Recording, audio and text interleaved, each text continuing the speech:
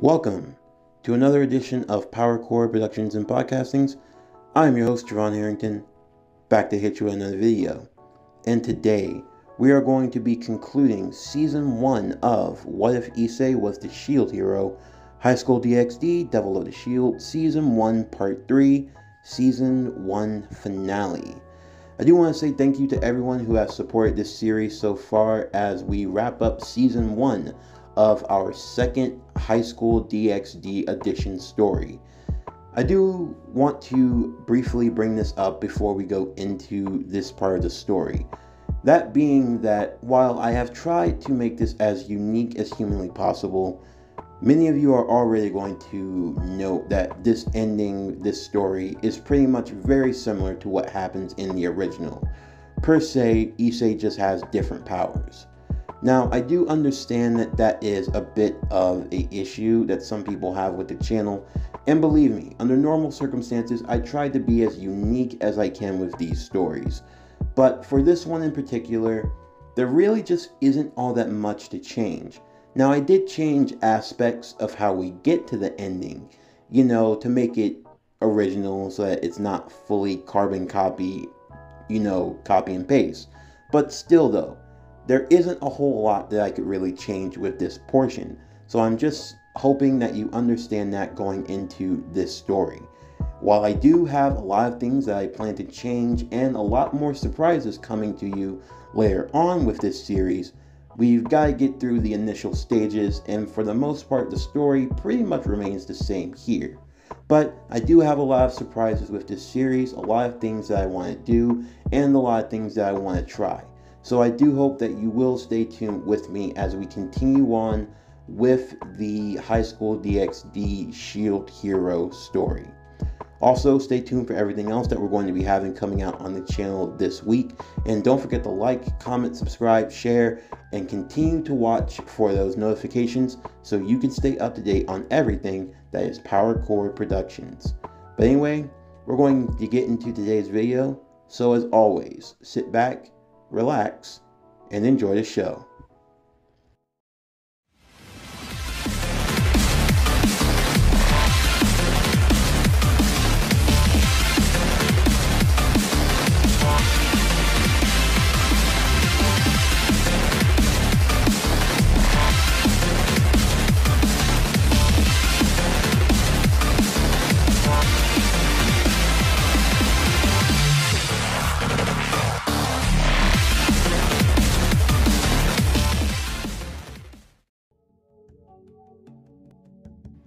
Issei didn't spend too much time with his friends Motohama and Matsuda, since he was mainly focused on helping Asuya get her bearings as she was new to the town.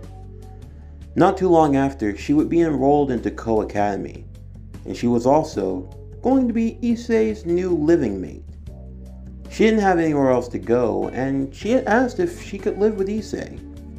Of course, with Rias and her power of persuasion, Issei's parents were none the wiser, and they happily welcomed the young blonde-haired girl into their home. In the meantime, Issei had lost the book of the Shield Hero. Not that there was much more to it, he had already read through it more times over than he could count. The book that retailed the stories of Naofumi Iwatani, the Shield Hero. He wondered more about the shield itself, the power that lie within. He had done some personal training on his own time. He was able to make it grow and shrink on command, from full-size shield to a small trinket that was on his wrist. It could never come off of him, so this was the best way to conceal it. Thankfully, he was able to disguise it as a wristwatch, so no one would ever be none the wiser. And that's the way things went for a while. As well as when it came to his role as a devil, forming pacts and making contracts as it were. He actually did find a niche that was pretty useful. There was an old man who was a stockkeeper at a store, and because he felt as though he needed protection, he hired Issei to be his bodyguard to help him walk to and from home at night. Issei really didn't see much in it, but the old man was really grateful. The most that he had done with his powers one night was when they had been attacked by a mugger. Issei was able to make a few of his airstrike shields and block their attacks. Thankfully, they were just weak humans, so it didn't take much effort for him to take them out. And as his reward for fulfilling the contract, the old shopkeeper would have special items in his store that he would give to Issei as his reward or the way of fulfilling the contract. Rias was definitely impressed with Issei and how he was coming along.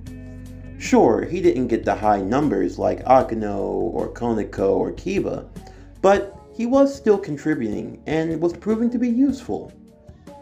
In the meantime, one night in particular, Issei would be summoned to help a girl named Susan, a girl who loved to wear samurai armor. In doing so, she had a bit of a fear at night, and she needed help to go to the school and pick up a book that she had left behind. Rias wasn't doing anything, and she decided to go with her. Once they had helped her get her notebook and get her back home, she also had one more request. There was a guy she liked, and she wanted to convey her feelings to him in a way. For Issei and Rias, they would both brainstorm what she could do, and Issei would come up with writing a letter. Of course, he didn't think that she would go completely samurai and send the letter via arrow. And what was even more stranger was that the boy she liked was also into armored themes, wearing medieval knight's armor, and the arrow had accidentally hit him in the head. However, to their surprise, the two of them got along really well. Issei could see that Rias was definitely enamored with him. When they got back to the club room, she asked Issei what he thought about true love, about people who were meant to be together.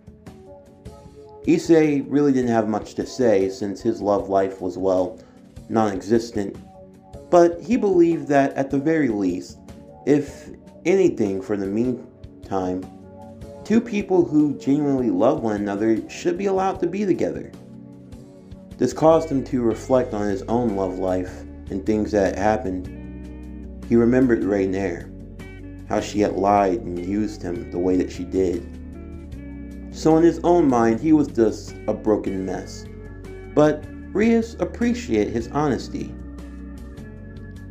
Soon after, it would come time for Issei and Asya to get their own familiars, small creatures who would assist them. In doing so, this would allow Issei to meet another group of devils. The person whom he believed were the school council president was actually a devil herself. She was Sona of the House of Sea Tree, one of the last 3 great houses that remained.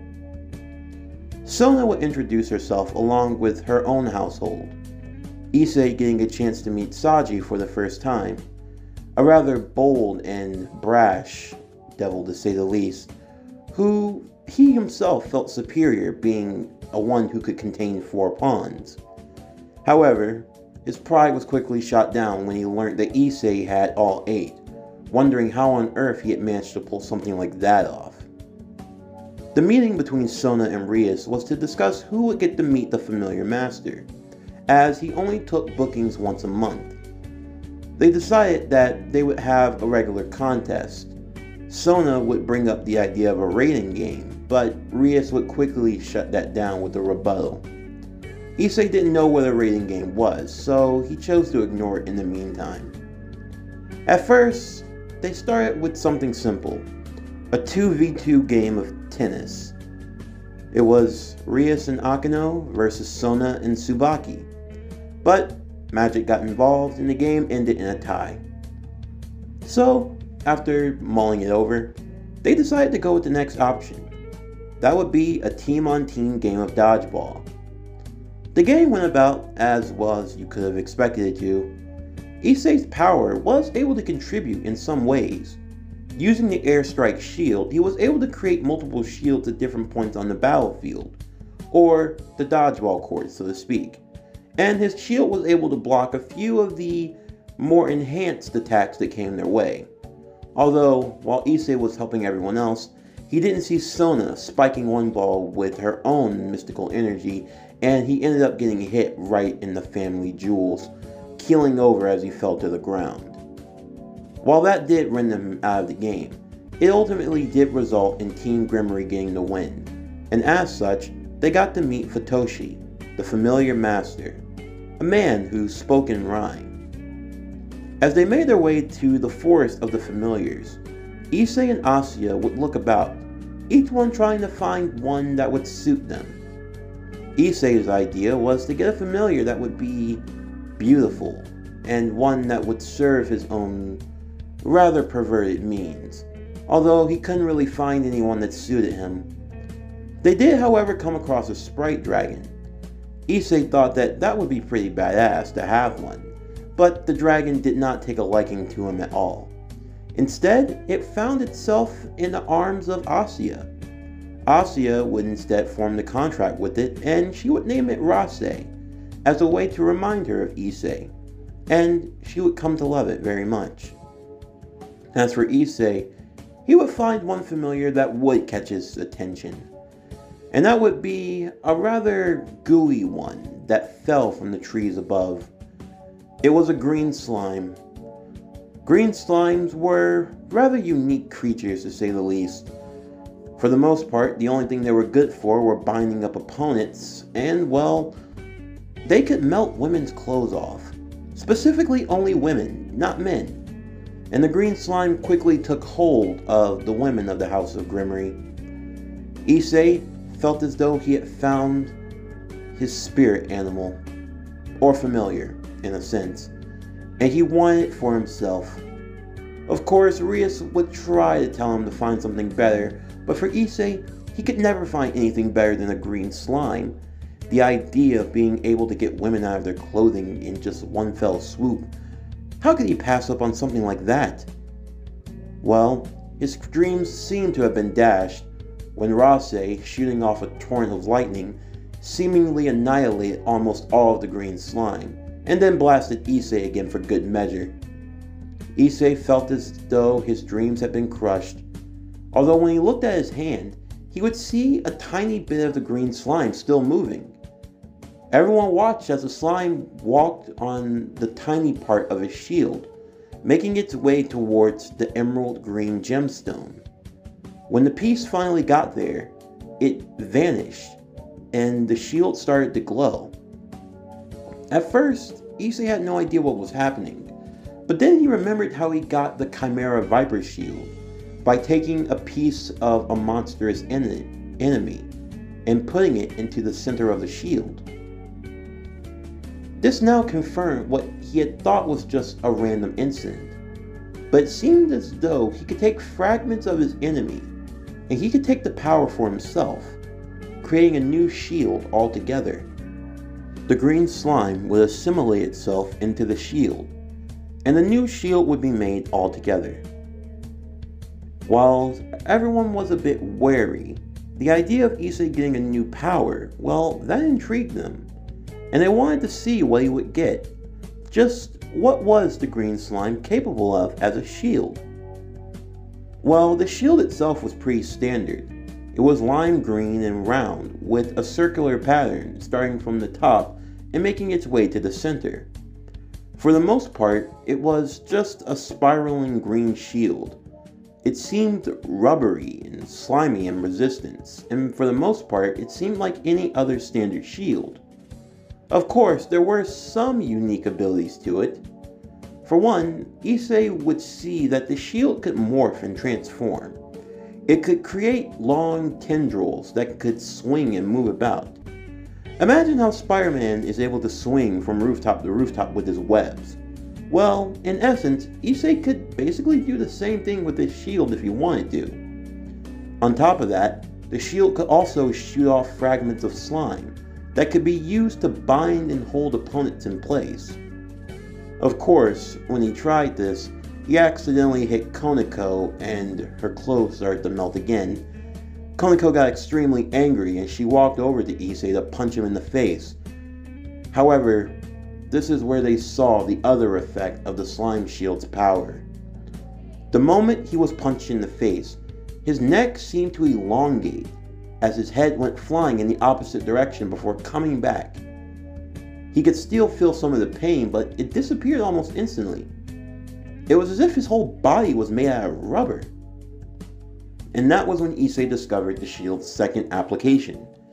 It basically gave him the ability, or his body, to be like that of a slime, to be free-flowing and malleable. He could basically slip in and move into any old place. While Koneko couldn't hurt him necessarily, she did tie him up like a pretzel, quite literally, and left him stuck there for some time. Issei would have to wiggle and worm himself free in order to release himself from the hold. While Issei didn't get a familiar per se, he did get a new shield with an impressive ability. Something like this could be very useful in times of need. Slimes were also known to have regenerative abilities. Of course, Issei didn't really feel like trying that out full hand, but if he were in a pinch, the slime shield could be a good way to heal himself in times of need. So that was something that could help him in the meantime. Once they had finished getting their familiars, Issei would eventually return home. As he did so, he would think about the shields and its various powers. He wondered what more was there to the shield. He would also still continue to have dreams. There was a dark entity within him. He wasn't sure what it was, but he would always feel it.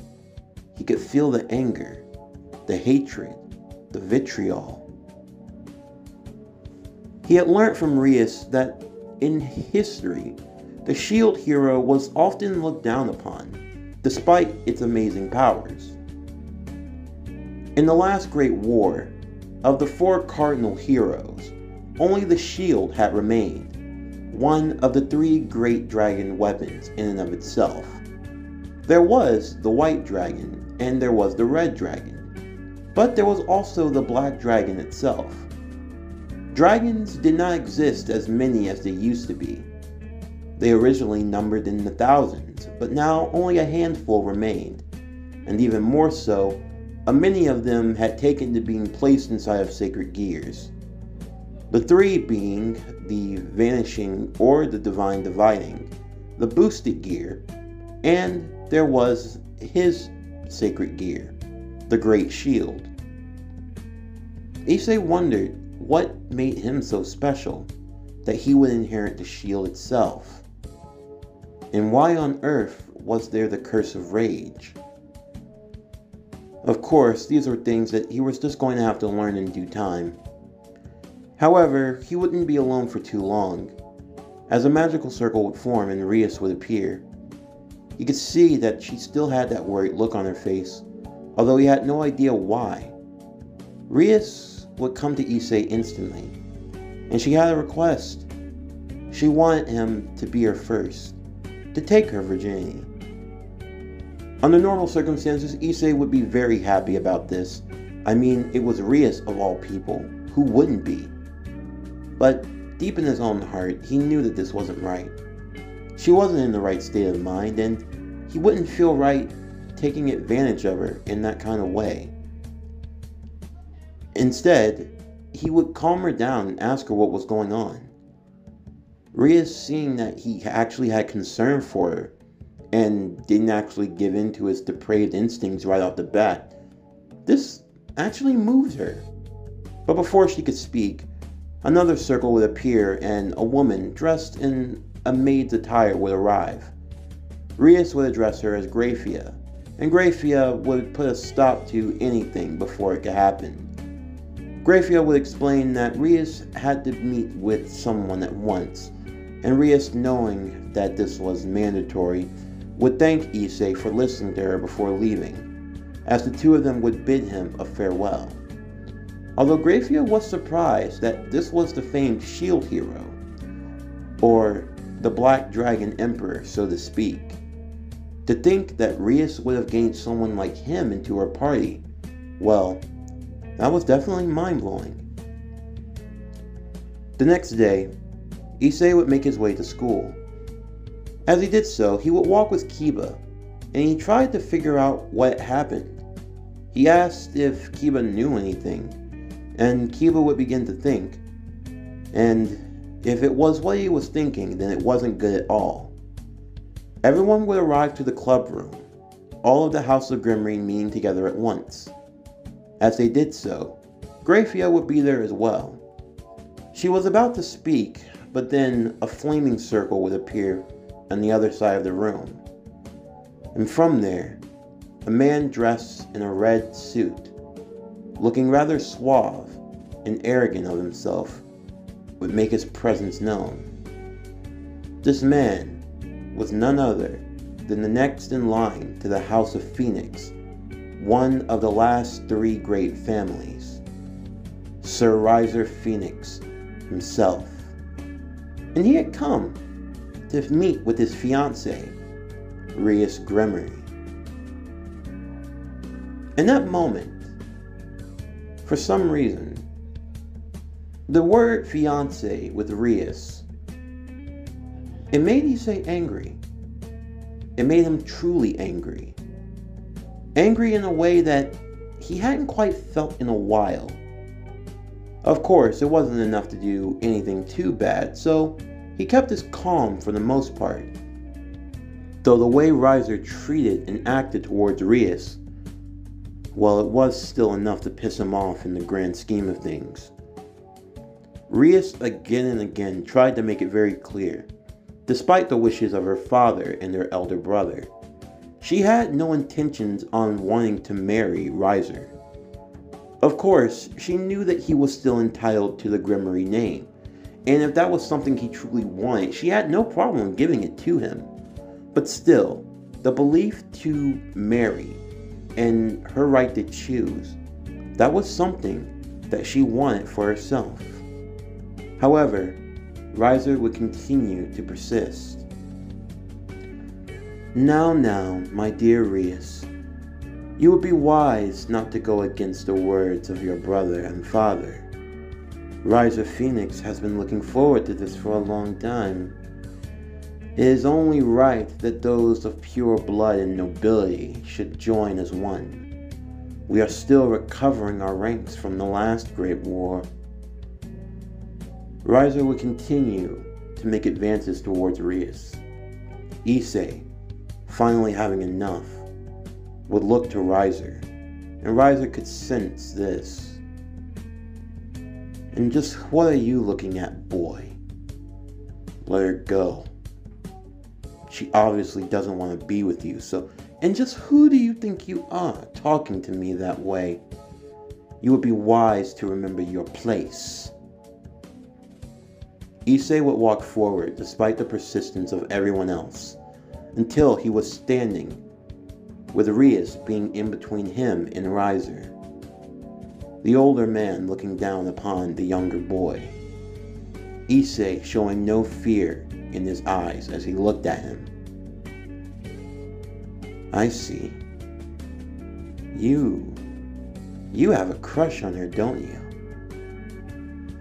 With a snap of his fingers, Riser would summon his entire party, all 15 or a complete set, all beautiful women. He would call his queen towards him, and she came willingly, and he would begin to kiss her. Not just any kiss, a kiss of passion, a kiss of primal desire. He did so in front of Issei, as he looked at him and smirked. This, kid, is the kind of power that I possess. I've been hearing some stories about you recently. The young upstart devil hotshot, the lowlife who thinks that he should have a harem. Please, you wouldn't know what to do with a harem. Hell, I bet you're still a virgin. He would continue to grope at his queen as he looked and eyed at Issei and then Rias. She will become a part of my collection soon enough, I can assure you. And when that happens, you'll have the grand privilege of watching me do this all day long. But don't worry, I'll make sure we don't make too much noise. Rias was absolutely appalled at Riser's speech and language. And Issei, he had had enough. A great burst of energy would come from him at once, and Rias could sense what that was. She thought the seal had been strong enough, but without a doubt, for just the briefest of moments, everyone in the room felt it. That was the cursed energy. The energy of the black dragon, of the wrath. The wrath of the shield was boiling inside of him.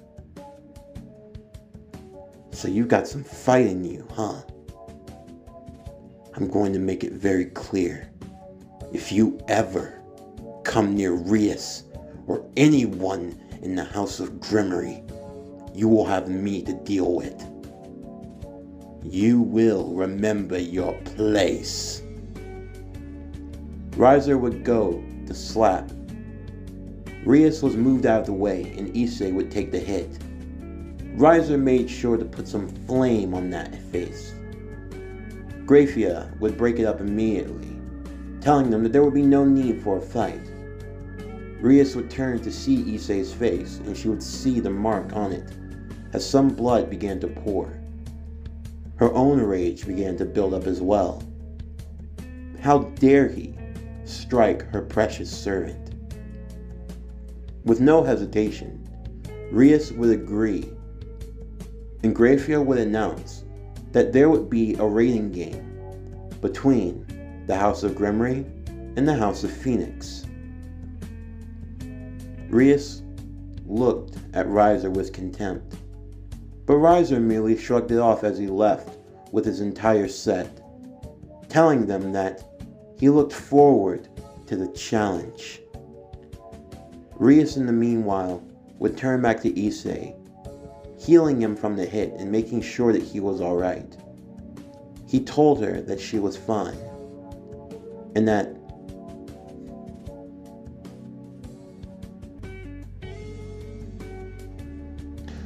he told her that he was fine, and that she wouldn't have anything to worry about, because she wasn't going to have to fight that jerk alone. Everyone would rally behind Rias, telling her that they were going to fight together, and together, they were going to win.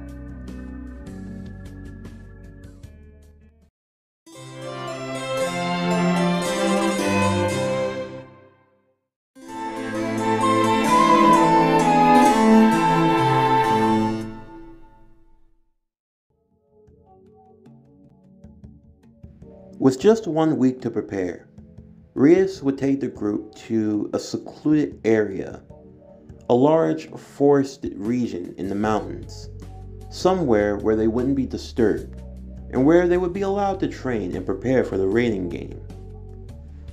For Rias, her main focus was getting Asya and Issei up to snuff, as well as improving in any other skills that the rest of the team might be lacking in.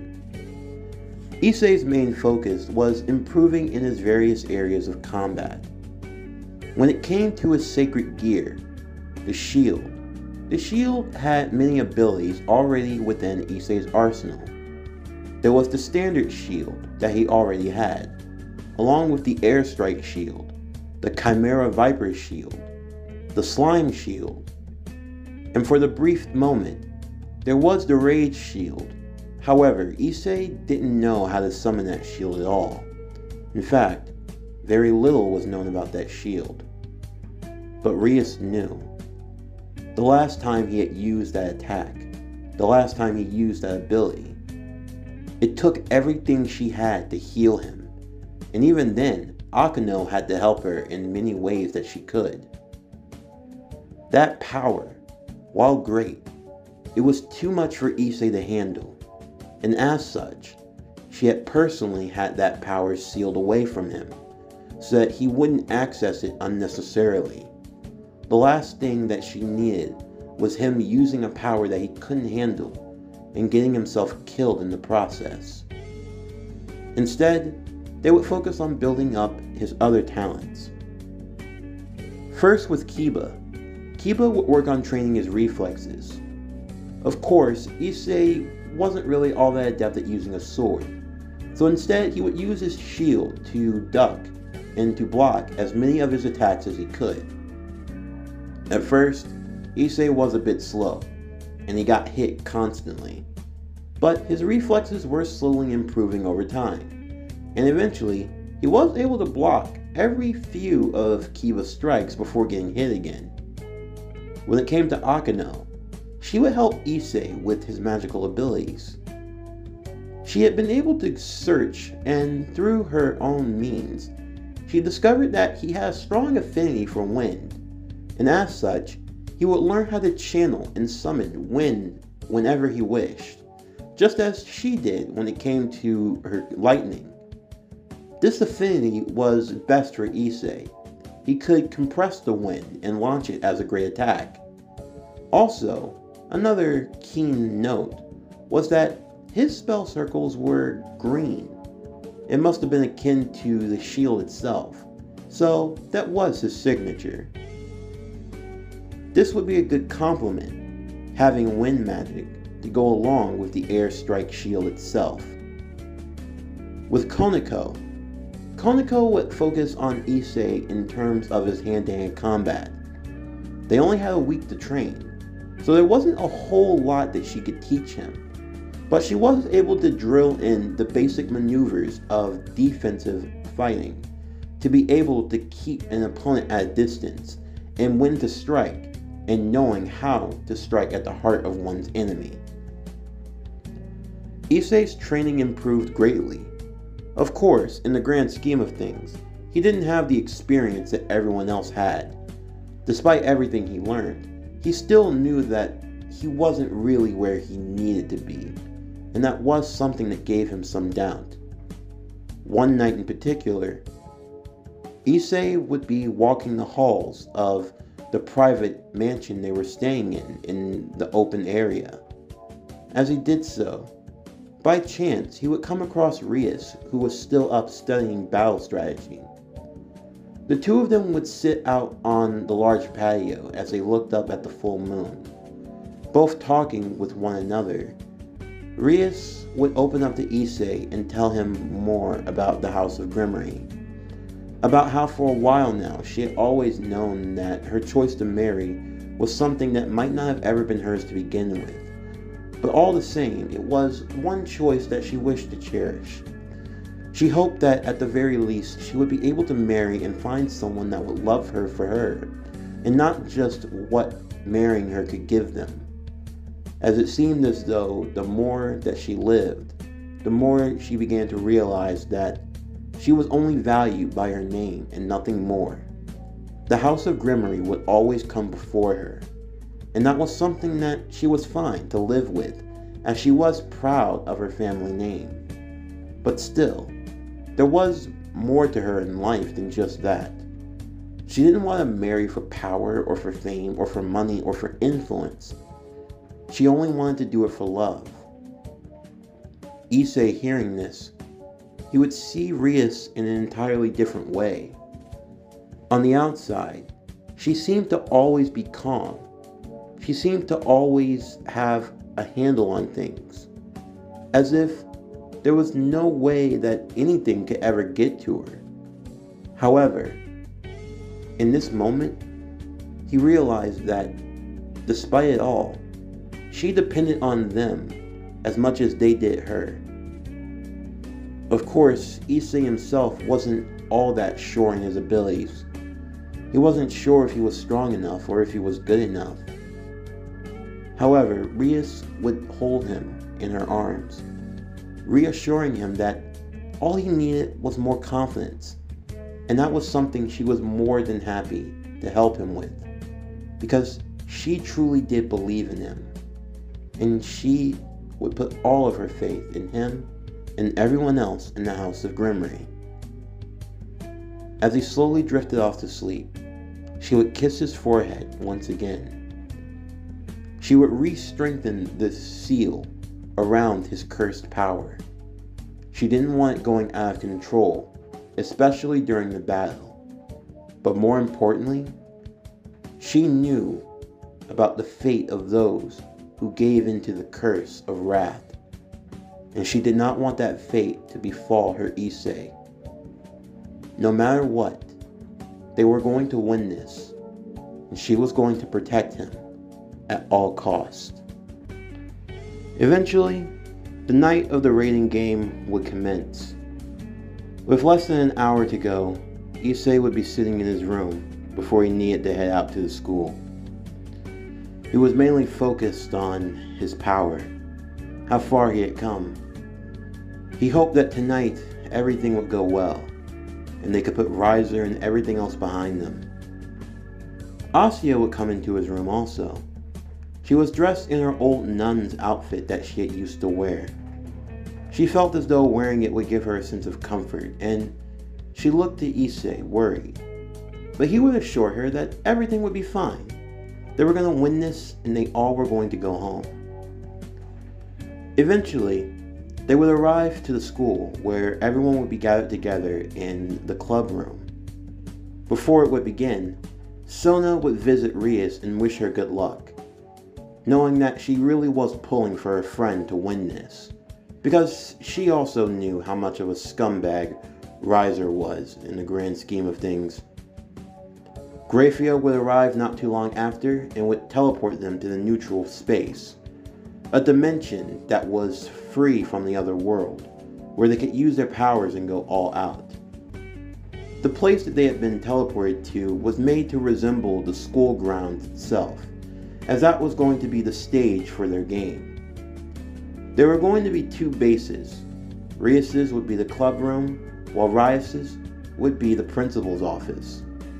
The only way to win the game was to secure the territory of their enemy and to defeat them thoroughly. This was more of a strategy than a fight than anything else, and Rias would have to get everyone into position.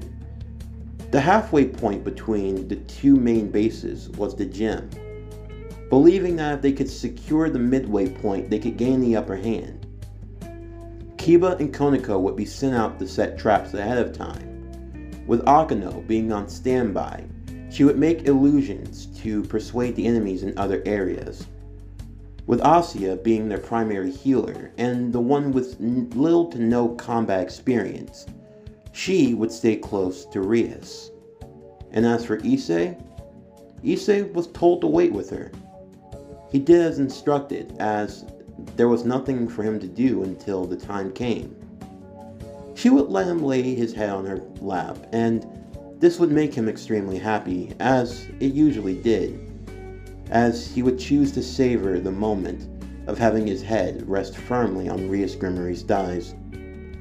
She would give him one more kiss on the forehead, before she would explain to him that when she gave him all 8 of the pawns, they had another power in and of itself, a power that she didn't want to have fully released upon him, since his body wasn't strong enough to handle it. However, he had grown so much in just a short amount of time. This was a way for her to release some of the power of the pawn, so that he could be more at his full strength. However, at the same time, she would make sure that the seal on his curse power remained strong. And once everything was set, the raiding game would begin.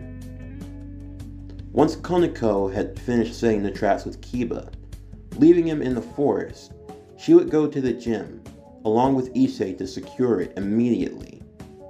With the plan now set into action, Issei and Koneko would enter into the gym, where they would come face to face with 3 of Riser's pawns and 1 of his rooks. Koneko would note that the rook had the skills of a queen, so she could be dangerous.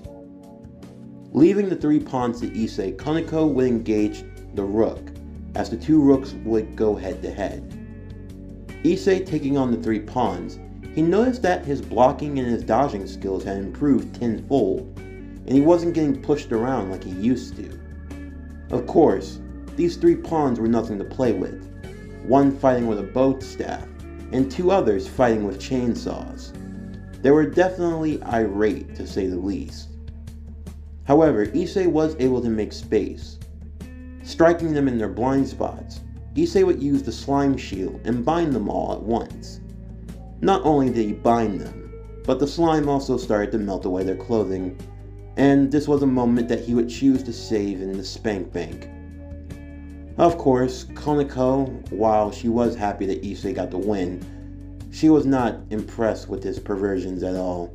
But thankfully, she had defeated the Rook, and they would make their way out of the gym as quickly as possible. The second they got out of there, the whole gym would be blown sky high, and the announcement of 3 of Riser's pawns and 1 of his rooks being retired would be echoed throughout the entire battlefield. As they looked up in the sky, they would see Akeno, who was extremely happy to let some of her power loose, showing her true side for S&M starting to take form. They would still continue onward. Kiba in the forest would encounter 3 more of Riser's pawns who had fallen for the trap, and he would take them out rather swiftly. Once they were in the main courtyard, their next objective was to find Kiba and reconvene with him at once. However, as they were going to do so, Koneko would be taken out by an instant attack. As Issei would head to her side, he would see her body begin to fade. He worried for the worst, but Rias would assure him that she was fine. When you were defeated in the game, you were teleported to another space to heal. She wasn't dead. So thankfully, he could calm down in that regard. But as he looked up, he would see that it was Riser's queen. Thankfully, Akeno had arrived, and she had come to back them up. While she would take on the queen, Kiba and Issei would have to take on the remaining opponents. 2 of Riser's knights, 2 of Riser's pawns, and 2 of his bishops. One in particular being a girl with 2 spiraling twin tails and an elegant pink gown, with her own set of phoenix wings. She was Ravel Phoenix, Riser's younger sister. This caused Issei to wonder about Riser for a moment, but she would make it very clear that they didn't have that kind of relationship. Ew. She was just a bishop that was available since his brother needed one, and she was the one that would sub in that place. So she was just helping out, that was all. She was actually originally a part of her mother's set, but her mother wasn't an active competitor. While Kiba would focus on one of the knights, Issei would have to deal with the rest. At first, he seemed to be overwhelmed, but eventually he was able to take them down. He would use the Chimera Viper shield to store up as much energy as he could. Once he got close enough at point-blank range, he would blast one of the knights away, using a full-powered beam of energy from the shield, one of the shield's primary features, a shield that could be used for both offense and defense. He combined and worked with Kiba, and they would clear out the rest of the enemies.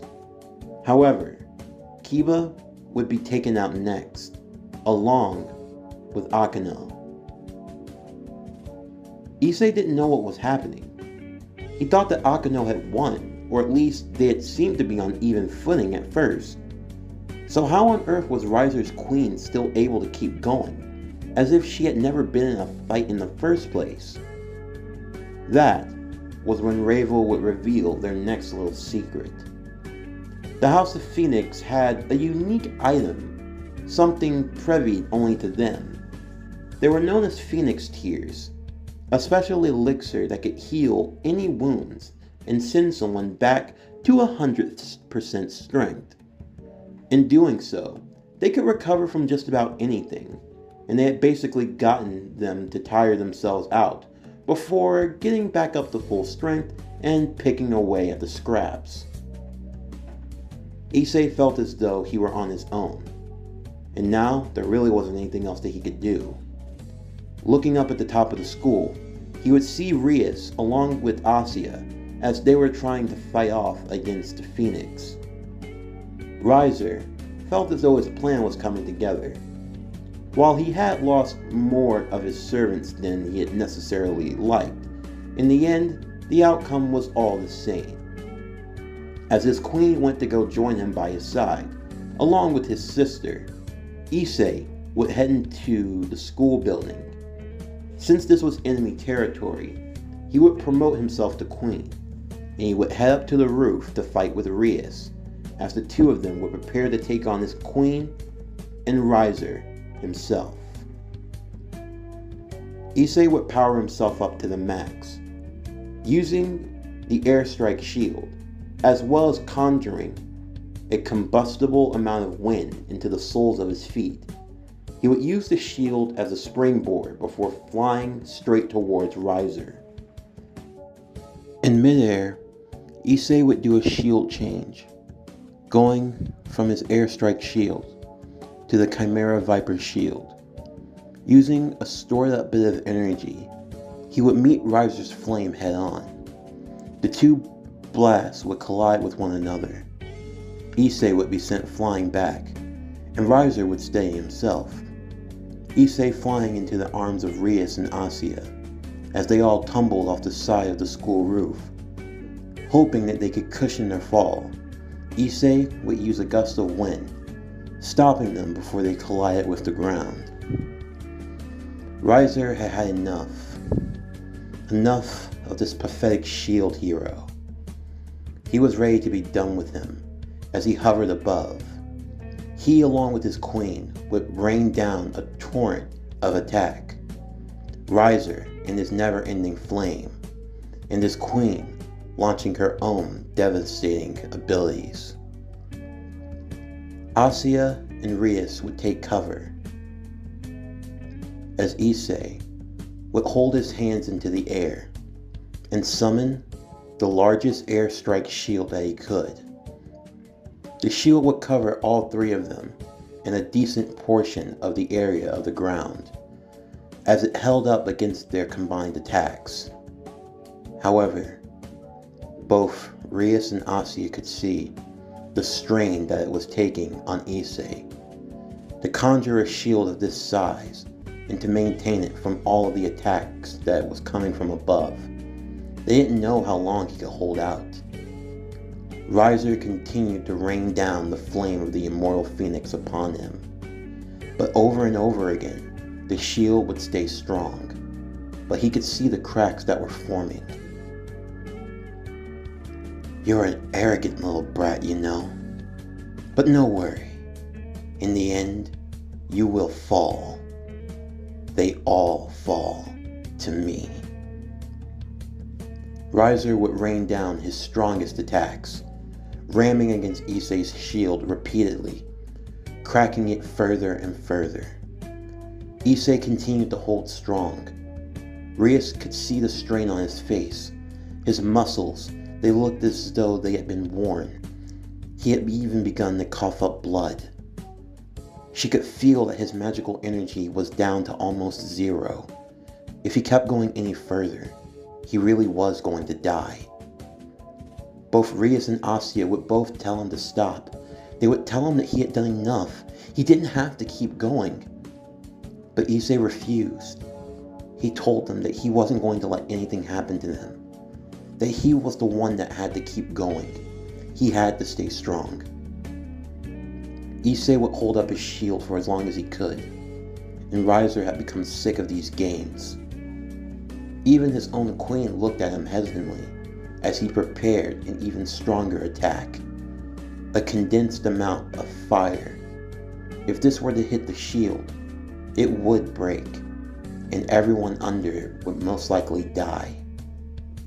Issei knew this as well, and he waited for his moment. As the final attack came raining down upon him, at the last second, Issei would drop the shield entirely, and would instead summon as much wind as he could. Creating a gale palm, he would push Asya and Rias back, getting them out of the way safely as the final attack would rain down and hit him. In the midst of the smoke and destruction, Issei would be lying in a crater, still alive, still barely on his feet. Riser would come down to face him, annoyed, like a cockroach that just wouldn't give up. Riser would begin to beat down on Issei mercilessly, over and over. At this point, Issei was unconscious. The only thing keeping him up was sheer willpower and determination. And Riser looked to finish him.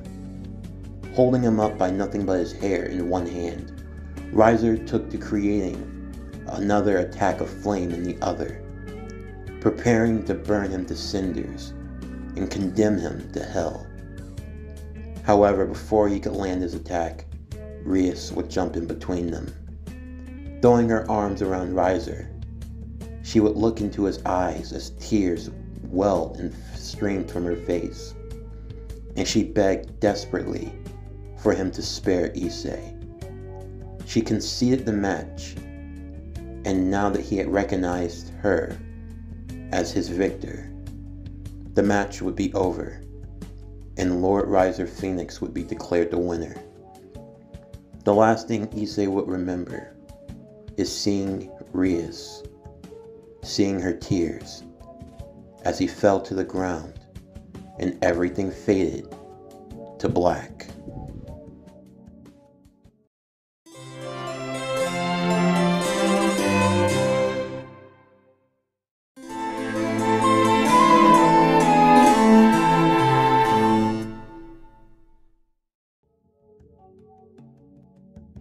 Issei found himself in a dark void. He had no idea where he was or how he had gotten here. He didn't know if he was alive or dead, but honestly, at this point, it really didn't matter. As Issei would awaken in this dreamlike state, he would hear a voice calling out to him. You are the legendary shield hero. The next wielder, the one who will become the Black Dragon. Are you? Yes. I am the being that exists within your shield. I am the one who you call upon when your rage has reached its limit. I am the one who contains your wrath. That girl tried to seal me away. Rias? Yes. She sealed away the cursed power because you were not strong enough to deal with it. I wasn't? No. Even if you had used the rage shield, there is no guarantee that you would have won the way you are now. You would have merely burnt yourself away in the process. A useless death. What do I... In all of my lifetime, there was only one shield hero. There was only one who was able to master his rage and use it righteously. Now for me? Precisely. He was the greatest shield hero who ever lived. And now I have fallen into your possession. Will you get the handle over your rage, or will you let it consume you? Issei would awaken to find himself back in his room. He had somehow gotten back home, but he didn't know how. As soon as he had awoken, Graphia would appear beside him to tell him of what had happened. She would explain that Rias had given up, but this didn't make any sense to Issei. He didn't think that she would ever do something like that. He thought that they were so close to winning. However, she would explain that Riser was about to take his life, and that it was only because Rias had given up that he had spared him. But in the end, he fought valiantly. He never gave up and he never backed down. He stood tall until the very end. Even while unconscious, he was still giving it everything that he had. All the same, Issei would still blame himself for not being stronger. He would ask where everyone else had gone, and she would explain that Issei had stayed back to heal him, while everyone else would accompany her to the underworld, where the engagement party was being held. Issei wondered if that was where he needed to go. No, he knew that was where he needed to go, but he didn't have a way to get there. At least not until Grafia gave him a magical seal, something that could transport him directly to where the engagement party was being held. Before he could ask any more questions, Grafia would give him a message from Sir Zex. He would tell him that if he wanted his sister, then he was going to have to fight for her. As Grafia would leave, Asya would check on Issei, only glad to see that he was alright. Issei would assure her that everything was fine, and he would explain to her that he was going to go and rescue her, to rescue Rias. Asya wanted to go. She wanted to help, but Issei would tell her that she needed to stay, that this was something that he was going to need to do on his own, but before leaving, he did have one thing that he needed her help with, and there was also a certain someone that he needed to talk to. At the engagement party, everyone would be very lively for the announcement by Riser Phoenix. Of course, for Isseis Friends, they didn't really care all that much, only for Rias' safety. Ravel Phoenix would continue to gloat about their win, mocking the House of Grimmery for their loss, although they did put up a valiant effort. They were assured that if the next time they faced off against one another, they would definitely be ready. Riser would engage with the crowd, telling them of his victory, and how now he had claimed for himself a truly elegant bride. He would clap his hands as a flaming circle would appear beside him, and Rias would appear already dressed in a wedding gown as a way to show off her stunning beauty. For him, on the day of the actual wedding, they would have an even better gown, a gown adorned in 1,000 flaming phoenix feathers. The moment Rias was shown off to everyone, the back doors would open instantly, as a great gust of wind would push every guard in the room against the wall, knocking them out cold, as Issei parted through the crowd, walking straight towards the front of the room. Hyodo, and just what are you doing here? Isn't it obvious? I've come for her. Ravel would be absolutely appalled. This Issei had no manners. She would look to the guards, but they had all been taken out. Issei's energy was giving off a massive amount of power. Riser would try to match it, but even he could tell that there was something different about him, although he wasn't sure what. Well, this is a nice surprise. Everyone in the room would turn to see a man with long crimson red hair, a lot like Rias's. He was dressed in royal attire as he made his way with Grafia. It was none other than Sir Zex, the Devil King himself. He had arrived, since it was he who had invited Issei in the first place. Riser would ask what was the meaning of all of this, and Sir Zex would explain that while Riser did win at the rating game, there were many who found his performance to be rather underwhelming. Despite Rias' lack of experience, she nearly had him beat. Although for Riser, it was the end result that mattered the most. Sir Zex would comment that that was a sentiment that seemed to run through the underworld nowadays. After all, the rating games don't mean what they used to. But however, he wanted to add a little flair to this event. He would look to Issei, and he would ask him if he would be so kind as to have a match against Riser. Issei was all for it, and Riser was more than happy to destroy the shield once and for all. Rias would look on worried, But Issei would tell her that everything was going to be fine and that he was going to win this. Dragon versus Phoenix. The shield versus the spear of fire. Everyone in the crowd would watch as a magical mirror would be formed for everyone to see, as Issei and Riser would be teleported to another arena to do battle. Before it would begin, though, Sir Zex would ask Issei what he would want as his reward. There were murmurs in the crowd, some wondering how someone like a Lord Devil could receive that type of honor. But Sir Zex would quiet them, for he was their king, and he asked this of Issei. Whatever he wanted, if he won, he would receive. Issei would tell him that there was only one thing that he wanted now, and that was Rias' Grimoire.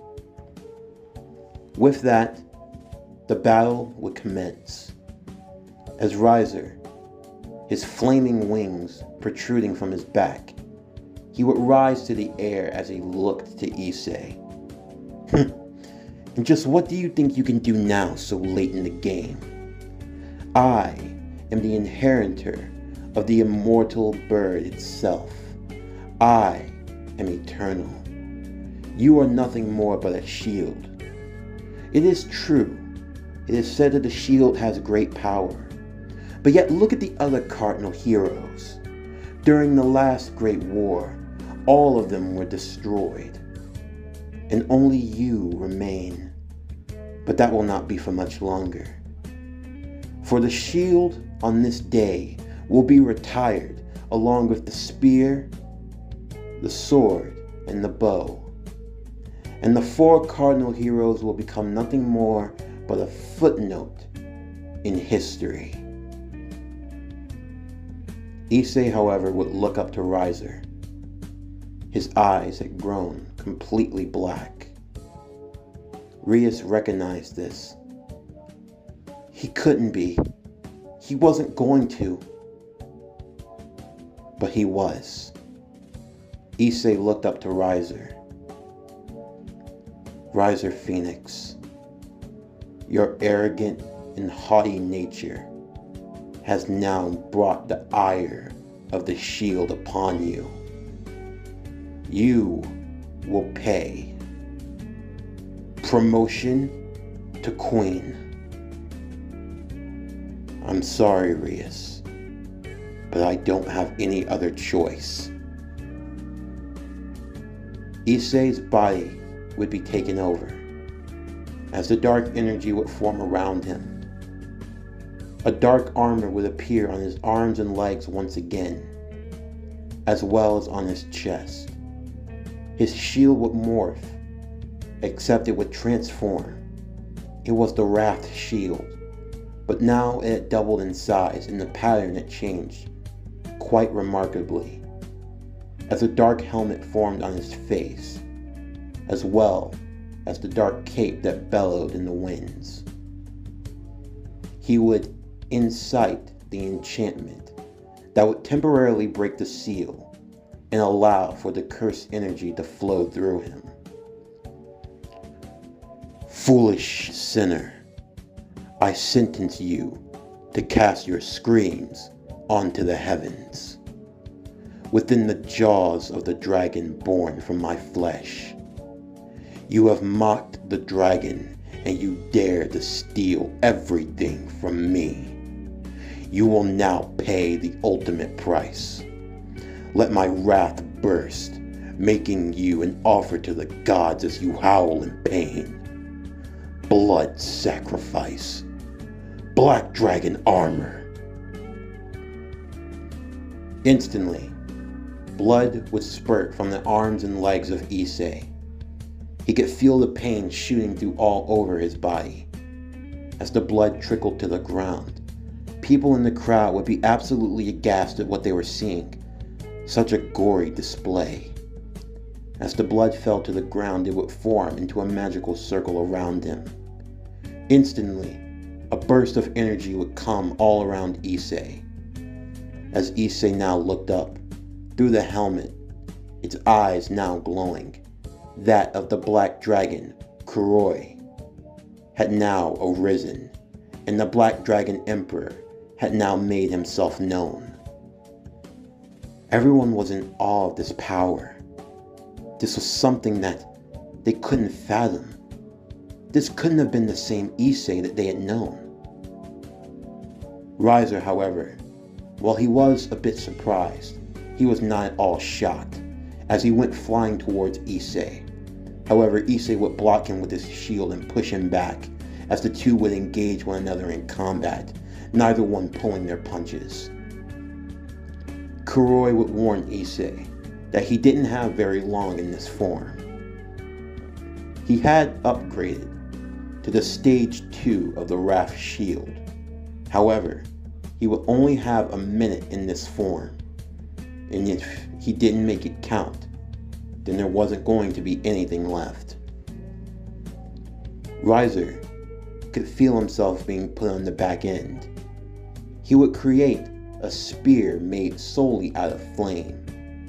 It was his prized possession. While he didn't care for the cardinal heroes per se, he was enamored with the shield hero from legend, and as such he had created a weapon himself, inspired by the spear. It was the Phoenix Spear of Flame. He used his weapon to combat against the Wrath Shield, as he spewed out his ever-burning flame towards Issei. Issei's shield would absorb the flame, shooting the energy back towards him. The two of them would continue their fight and destruction all throughout the arena. As the time continued to tick down in Issei's head, he knew he had to make his punches count. He had to make every bit of this power meaningful. His rage would start to overfill him again. He remembered when he was betrayed by Rainier. He remembered being looked down upon. The fear of losing everyone that he loved and cared about. All of that swirled inside of him. His emotions, like a raging inferno bellowing inside, they came flooding to the surface. It started to become too much, more than what he could control. They were now only down to 20 seconds, and Riser was preparing his next strike. Focusing on a single point, he would launch the spear towards Issei, hurling it at blinding speeds. Even when Issei got up his shield, the shield was only able to stop it for a brief moment. The power was still pushing down upon him, like before. The time now ticked to only 10 seconds. This was the final push. Riser would continue to push down on the shield. Using his spear, he wanted to break it in two, to destroy it completely. However, Issei would push back, waiting for the last moment, for the last second to make it count. Once he had gotten down to 3 seconds, he would absorb the spear of flame itself. Riser would be absolutely aghast to think that he could absorb that much power. And with just a second to spare, Issei would send it right back at him, blasting the two of them far apart, both of them creating large craters from the impact. Smoke would begin to fill the arena and no one could see what had happened, obscuring their vision. Once it had become clear, Riser was slowly getting back on his feet, the regenerative powers of the Phoenix proving to be of use even under these circumstances, as Issei was getting back onto his feet as well. The armor had now faded from him. His arms and legs had been completely scarred, as blood trickled from his lips. Issei tried to bargain with the dragon. He needed just a little more power, anything. But Kuroi would warn him that to draw on any more of the cursed energy, it would only cause more damage to his soul. In doing so, he would be suffered to the purge. And if that were to happen, there would be nothing of him that would remain. Riser, however, would grin happily, believing that now his victory was all but assured. As he walked towards Issei, he would continue to mock him, telling him that in the end, losers like him don't get to win. However, Issei had one trick up his sleeve. There was still a little juice left in his shield. He could transform it one time, and he needed to make it count. Catching Riser off guard, he would open a jar of holy water and splash it in his face. Riser would be in immense pain as he thrived in agony. Everyone wondered how he was able to do so, and even Riser himself. However, as he looked at Issei, he could sense what he had done. You see, the blood sacrifice was a lot more than just a ritual to temporarily undo the seal on his power. Issei had actually given up a part of his soul. It wasn't much, about 20%. But this 20% gave him some immunity, at least to a small jar of holy water. Riser was absolutely livid. Why would he do something so reckless? Do you understand what you've done? You've given a part of your essence to that thing. You'll never be the same again. It doesn't matter, Riser. I don't plan to live forever, but I will be alive long enough to defeat you. Now, shield change, holy shield. Issei's shield will transform into that of a silver iron cross with the emerald jewel in the center. This was a gift from Asya. Issei had taken the cross that she wore around her neck. He knew that there was really power within, and they carefully had the cross assimilated into the shield, giving him the Holy Cross Shield, a shield capable of repelling devils and being able to wield holy energies. With Riser now completely in agony, Issei would use his wind magic, creating a gale force palm of wind. He would strike Riser in the chest, blowing him back into the crater. As Issei stood above, holding the Holy Cross shield above his head, it would shine like a light coming down from heaven. As he charged all of his energies into the center of the jewel, he would let out a final wave of holy energy, blasting Riser straight in the chest, rendering him unconscious and defeating him once and for all. With the battle now won, and Ravel worried for her brother's safety, she would fly out into the void instantly, guarding her brother, begging for Issei not to attack. Issei could see that he had won. His shield would transform back into its standard shield form as he fell over. Ravel would take her brother to get recovery immediately, and as for Issei, he found himself falling in the sky. He felt as though he were going to hit the ground, but he was in so much pain, it really didn't matter. However, before he could even connect, he would feel someone swoop in and save him. As he looked up, he would see that it was none other than Rias, as she shed tears of joy holding Issei close to her as they safely landed on the ground. Everyone would arrive, as they would tell Issei that he had done an amazing job. They had never seen him use that type of power before. Issei was very shy about it all and bashful, but he was happy to see that Rias was safe. A griffin would be summoned, allowing for the two of them to ride home together. Issei was more than welcome to the idea, as he made sure that Rias was on safely.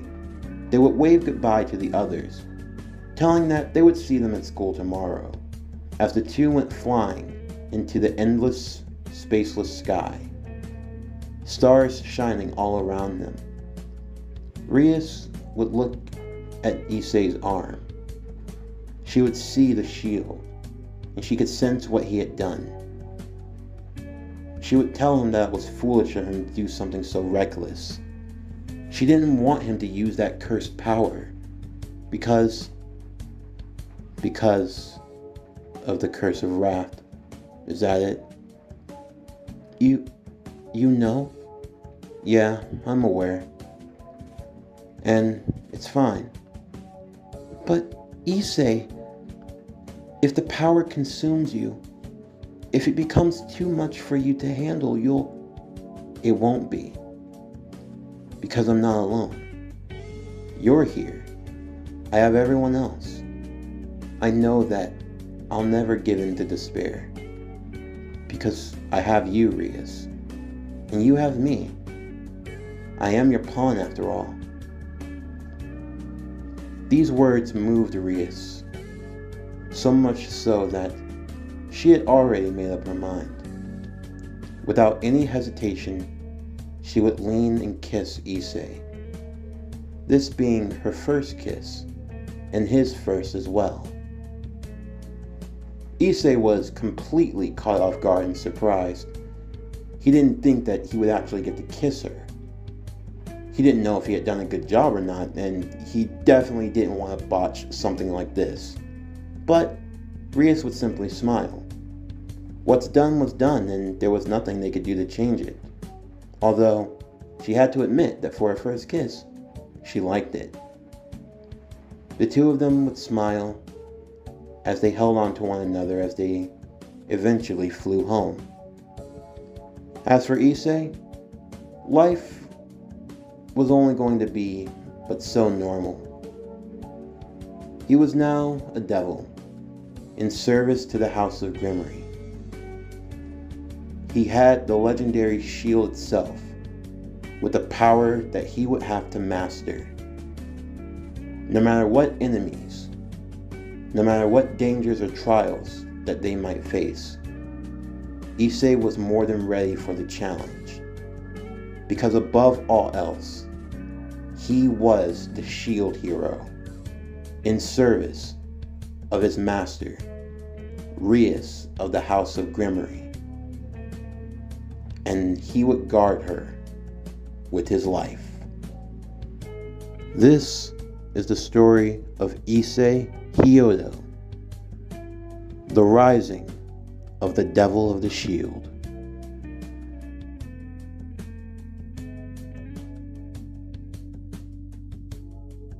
This concludes What If Issei Was the Shield Hero? Highschool DxD, Devil of the Shield, Season 1, Part 3. As always, if you enjoyed today's video and everything else that we have on the channel, then please don't forget to like, comment, subscribe, share, and hit that bell for post notifications so you can always stay up to date on everything that is PowerCore Productions and Podcastings that is to come out now and in the future. Stay tuned for tomorrow's video as we're going to be continuing What If Naruto Was the Avatar? Naruto Rebirth Shippuden. But anyway, that's going to do it for the end of today's video. I'm Javon Harrington with PowerCore Productions and Podcastings. Signing off, and I'll see you next time.